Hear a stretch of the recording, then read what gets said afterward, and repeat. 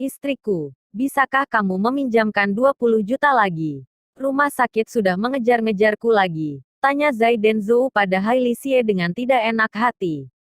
Hailey Xie terdiam, lalu menghembuskan nafas panjang menahan kesal. Ia mengeluarkan segepok uang dari dompetnya dan memberikannya pada Zai Denzhou. Zai Denzhou menunduk bersiap mengambil uang itu, kemudian berucap terima kasih dengan pelan. Hailey Xie bertubuh tinggi dan ramping. Wajahnya tirus dan menarik. Ia sungguh tiada duanya. Sementara itu, Zai Denzhou, meski ia tampan, namun bila disandingkan dengan Hailey Xie, ia masih kalah jauh. 3 tahun lalu, ketika lulus dari sekolah vokasi, Zai Denzhou mendambakan karir yang baik, sama seperti semua orang muda lainnya. Sayangnya, ibunya, yang membesarkannya seorang diri, tiba-tiba terkena penyakit ginjal. Ketika Zai Denzhou pusing memikirkan biaya pengobatannya, Hailey Xie, yang ia cintai selama 3 tahun menempuh SMA, menemukannya. Wanita itu memberi sebuah pengajuan, asalkan ia bersedia, wanita itu mau menikah dengannya. Bukan hanya itu, Hailey Xie juga berjanji memberinya mas kawin yang tidak sedikit. Zai Denzhou tahu Hailey Xie tidak pernah menyukainya. Wanita itu mencarinya semata-mata karena kehilangan seorang pria lain. Meski begitu, demi bisa memberi pengobatan pada ibunya, Zai Denzhou menerima tawarannya. 3 tahun ini, Zai Denzhou bekerja sangat keras di CS Corp untuk membuktikan kepantasannya. Meski begitu, kehadirannya dari dulu tidak pernah diterima ayah dan ibu Hailey Xie.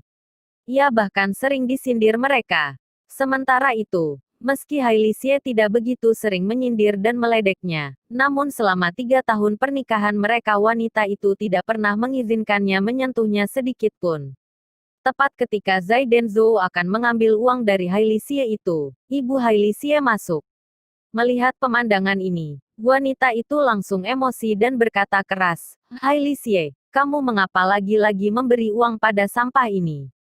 Zai Denzhou, coba kamu katakan, beberapa tahun ini kamu sudah mengambil uang berapa banyak dari keluarga kami?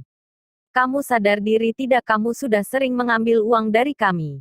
Sederet teguran dan sindiran ibu mertuanya ini membuat Zai Denzhou tertunduk. Ma, semua uang ini cepat atau lambat akan kukembalikan pada Hailey Xie.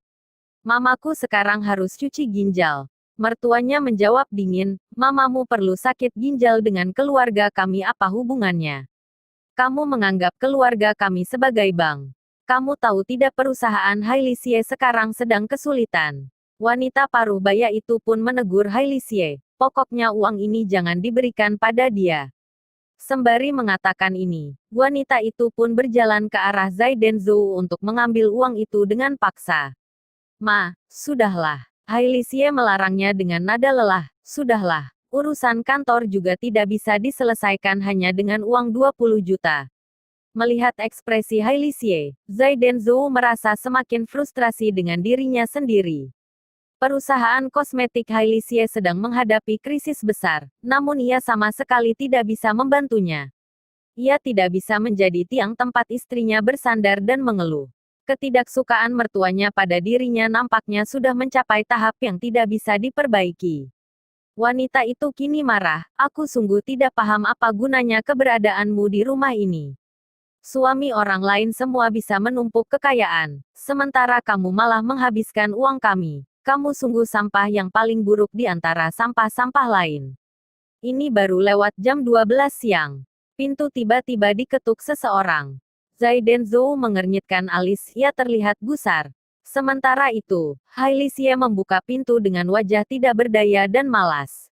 Nona Xie, ini bunga hari ini, tolong terima. Ternyata yang mengetuk barusan adalah seorang kurir barang. Tangannya memegang sebuket besar mawar merah. Bunga-bunga itu terlihat sangat memanjakan mata. Melihat pemandangan itu, Zai Denzhou mengepalkan kedua tangannya erat-erat. Ia sungguh geram. Ia tahu, bunga itu pemberian Steve Chen, pria yang dari dulu mengejar-ejar Hailey Xie. 3 tahun lalu, tanpa mengindahkan permohonan Hailey Xie, Steve Chen bersikeras pergi sekolah ke luar negeri. Inilah yang kemudian membuat Hailey Xie mencari Zai Denzhou dan mengajaknya menikah. Tetapi, 1 tahun terakhir, sepulangnya Steve Chen dari luar negeri, Pria itu malah mengejar-ngejar Hailey Xie lagi, bahkan dengan sangat gencar. Dibandingkan Zhai Denzhou yang berasal dari keluarga miskin, Steve Chen berasal dari keluarga terhormat yang cukup disegani beberapa tahun terakhir.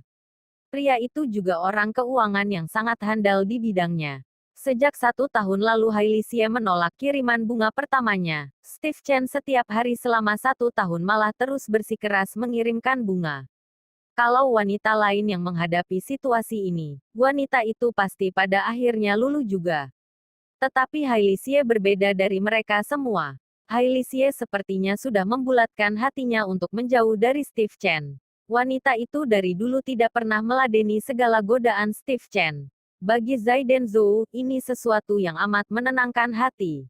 Sayangnya, mertua Zhai Denzhou sebaliknya malah berharap anaknya bercerai dari Zhai Denzhou dan menerima cinta Steve Chen.